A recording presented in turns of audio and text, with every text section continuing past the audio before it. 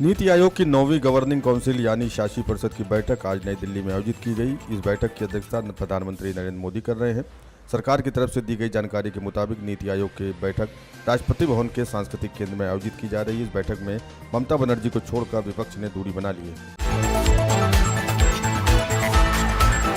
पश्चिम बंगाल की मुख्यमंत्री ममता बनर्जी नीति आयोग की बैठक बीच में ही छोड़कर चली गई। बाहर आकर उन्होंने आरोप लगाया कि बैठक में उन्हें बोलने नहीं दिया गया, उनका माइक बंद कर दिया गया।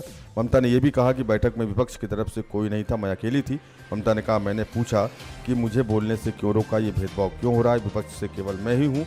ये न केवल बंगाल का अपमान है बल्कि सभी क्षेत्रीय दलों का भी अपमान है।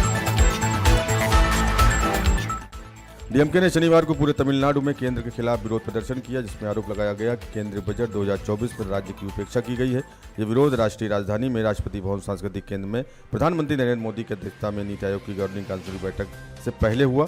इससे पहले तमिलनाडु के मुख्यमंत्री एम.के. स्टालिन ने केंद्रीय बजट को लेकर भारतीय जनता पार्टी सरकार पर हमला किया। भारतीय खिलाड़ी शुक्रवार की देर रात होने वाले उद्घाटन समारोह के बाद शनिवार को 7 स्पर्धाओं में चुनौती पेश करेंगे। भारत बैडमिंटन, निशानेबाजी, मुक्केबाजी, रोइंग, हॉकी, टेबल टेनिस और टेनिस में चुनौती पेश करने उतरेगा। इस दौरान 18 खिलाड़ी चुनौती पेश करेंगे, जबकि भारतीय पुरुष हॉकी टीम भी पूल बी में न्यूजीलैंड के खिलाफ अपने अभियान की शुरुआत करेगी। जम्मू कश्मीर के कुपवाड़ा जिले में नियंत्रण रेखा पर पाकिस्तान की बॉर्डर एक्शन टीम के हमले को भारतीय सेना ने नाकाम कर दिया। इस मुठभेड़ में एक पाकिस्तानी आतंकवादी मारा गया, वहीं भारतीय सेना के एक जवान शहीद हो गए और 4 अन्य घायल हो गए, जिनमें एक मेजर रैंक के अधिकारी भी शामिल हैं। रक्षा सूत्रों के मुताबिक हमले में शामिल बैट टीम में पाकिस्तान सेना के नियमित सैनिक और एसएसजी कमांडो के होने का संदेह है, जो आतंकवादी संगठनों के साथ मिलकर काम करते हैं।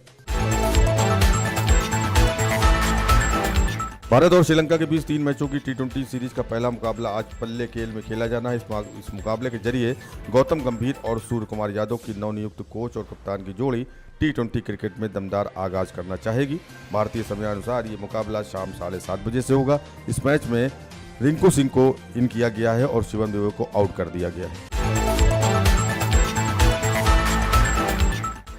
केंद्रीय जांच ब्यूरो ने दिल्ली और गुरुग्राम में 60 ठिकानों पर छापेमारी की। सीबीआई ने ऑपरेशन चक्र 2 के तहत 43 साइबर ठगों को गिरफ्तार किया है। साथ ही आरोपियों के कब्जे से कंप्यूटर की 130 हार्ड डिस्क, 65 फोन, 5 लैपटॉप, बड़ी संख्या में पीड़ितों की जानकारी, दस्तावेज, कॉल रिकॉर्डिंग और ट्रांसक्रिप्ट बरामद किए गए हैं। आरोपी लोगों के कंप्यूटर पर पॉपअप भेजकर उनसे संदिग्ध सॉफ्टवेयर डाउनलोड करने के लिए कहते थे, फिर उनका सिस्टम रिस्टोर करने के नाम पर पैसे ट्रांसफर कराते थे। लद्दाख के कारगिल में शिंकुल ला सुरंग परियोजना पर काम शुरू हो गया है। शुक्रवार को कारगिल पहुंचे पीएम नरेंद्र मोदी ने सुरंग बनाने के लिए पहला विस्फोट किया। इस परियोजना में 4.1 किलोमीटर लंबी सुरंग, ट्विन ट्यूब सुरंग शामिल है। यह सुरंग दुनिया की सबसे ऊंची सुरंग होगी। पीएमओ के मुताबिक शिंकुल ला सुरंग न केवल हमारे सशस्त्र बलों और उपकरणों की तेज और कुशल आवाजाही सुनिश्चित करेगी, बल्कि लद्दाख में आर्थिक और सामाजिक विकास को भी बढ़ावा देगी। S-400 वायु रक्षा प्रणाली ने दुश्मन के 80% विमान मार गिराए, बाकी पीछे हटने को मजबूर हो गए। रक्षा सूत्रों के मुताबिक भारतीय वायुसेना ने यह अभ्यास एक थिएटर में किया, जहां लंबी दूरी की वायु रक्षा मिसाइल प्रणाली के एक स्क्वाड्रन को तैनात किया गया। वायुसेना ने यह अभ्यास सैन्य बल में वायु रक्षा मिसाइल प्रणाली के पूरी तरह से एकीकरण को प्रदर्शित करने के लिए किया गया था। सुदर्शन S-400 वायु रक्षा मिसाइल प्रणाली ने हाल ही में एक अभ्यास में बड़ी सफलता हासिल की है। मुंबई में हुई भारी बारिश के बाद नवी मुंबई के शाहबाज गांव में बनी ग्राउंड प्लस 3 मंजिला इमारत अचानक ढह गई।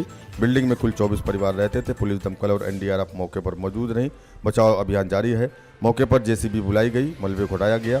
इमारत के मलबे से 52 लोग सुरक्षित निकाले गए। 2 लोग फंसे लोगों को बचाया गया और 2 अभी भी फंसे होने की संभावना जताई जा रही है। कर्नाटक की राजधानी बेंगलुरु में लोगों को स्थानीय होटलों में कुत्ते के मांस परोसे जाने के दावे को लेकर सनसनी फैल गई। इसके बाद जांच शुरू कर दी गई है। भारतीय खाद्य सुरक्षा और मानक प्राधिकरण ने कल शुक्रवार को बेंगलुरु रेलवे स्टेशन पर पहुंचे एक संदिग्ध मांस के शिपमेंट की जांच शुरू की और सैंपल भी लिए। कुत्ते के मांस को लेकर शक तब और बढ़ गया जब अधिकारियों को लगा कि मांस बकरे की जगह किसी और जानवर का है। देश की आवाज तेज टीवी 24 के साथ सच दिखाने का जुनून।